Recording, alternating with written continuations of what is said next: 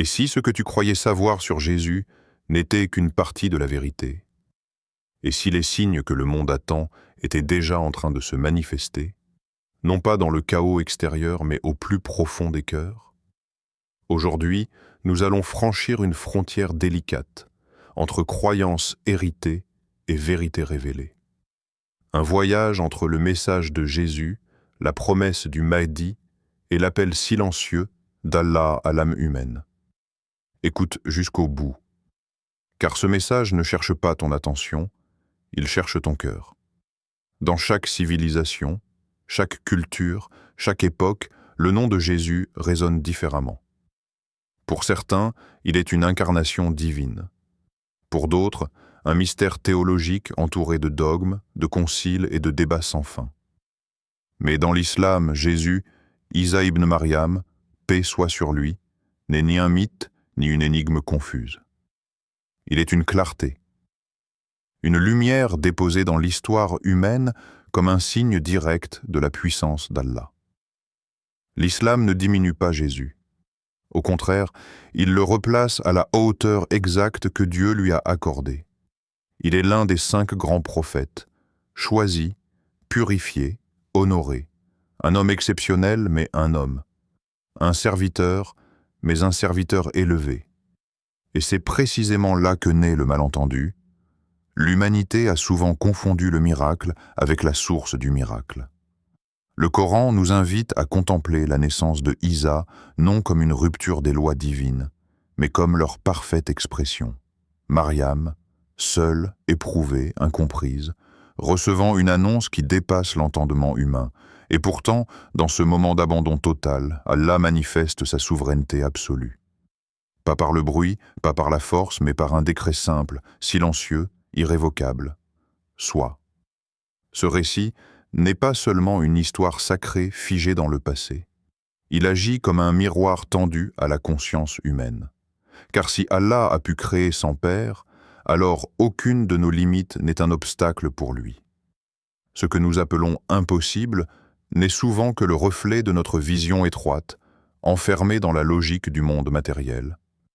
Un compagnon demanda un jour au prophète Muhammad, paix soit sur lui, comment comprendre un tel miracle? Et la réponse ne fut ni philosophique, ni compliquée. Elle fut d'une simplicité déconcertante. Comme si l'islam voulait nous rappeler que la vérité n'est pas toujours complexe, mais qu'elle exige une humilité profonde pour être acceptée. Le vrai choc n'est pas la naissance miraculeuse de Jésus. Le vrai choc, c'est de réaliser que Dieu n'a jamais cessé d'agir ainsi, qu'il continue de créer, de transformer, de guider, souvent au moment où l'être humain abandonne toute prétention à comprendre. Alors la question n'est plus théologique. Elle devient intérieure. Toi qui écoutes, toi qui regardes. Jésus fait-il partie de ton héritage culturel ou de ta réflexion spirituelle? As-tu hérité d'une image ou as-tu rencontré un message? Car entre ce que l'on croit savoir et ce que le cœur reconnaît lorsqu'Allah éclaire l'âme, il y a parfois un monde entier à traverser. Le Coran ne parle pas de Jésus comme le monde en parle. Il ne l'enveloppe pas de spéculations, ni de récits amplifiés par le temps. Il le présente avec une sobriété presque déroutante, une pureté qui oblige l'âme à ralentir. Ici, Jésus n'est pas un symbole façonné par les hommes, mais un message vivant, porté par la parole d'Allah. Chaque verset qu'il évoque semble enlever une couche d'excès, comme si la révélation venait libérer sa figure de tout ce que l'humanité y a projeté. Dans la sourate Al-Imran, Allah tranche avec une clarté qui ne laisse pas place à l'ambiguïté. Il n'était qu'un serviteur que nous avions comblé de faveurs. Ces mots peuvent sembler simples, mais ils sont lourds de sens. Être serviteur d'Allah n'est pas une diminution. C'est le plus haut rang spirituel qu'un être humain puisse atteindre. Tous les prophètes ont porté ce titre avant toute autre description. Car dans la servitude sincère réside la véritable liberté. Le message de Jésus dans le Coran n'est donc pas centré sur sa personne, mais sur ce vers quoi il appelait. Il ne pointait jamais vers lui-même, mais vers Dieu.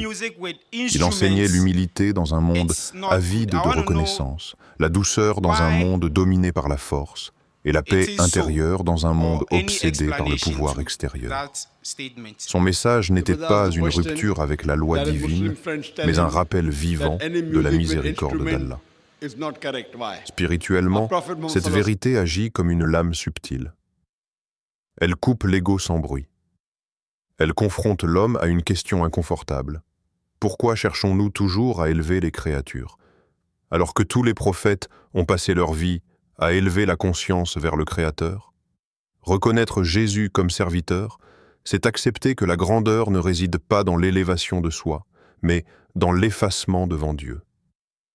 Un sage a dit un jour, « Plus j'ai cherché Jésus dans les récits des hommes, plus je l'ai trouvé en Dieu. » Ces paroles ne parlent pas d'une disparition, mais d'un déplacement du regard. Tant que l'on cherche dans les débats, les interprétations humaines, les héritages culturels, la vérité reste fragmentée. Mais lorsque l'on regarde avec le cœur tourné vers Allah, le message devient limpide. La lumière n'appartient jamais au miroir, mais à la source qui la fait briller. Alors, une tension silencieuse s'installe dans l'âme. Car accueillir cette vérité demande de lâcher ce que l'on croyait maîtriser.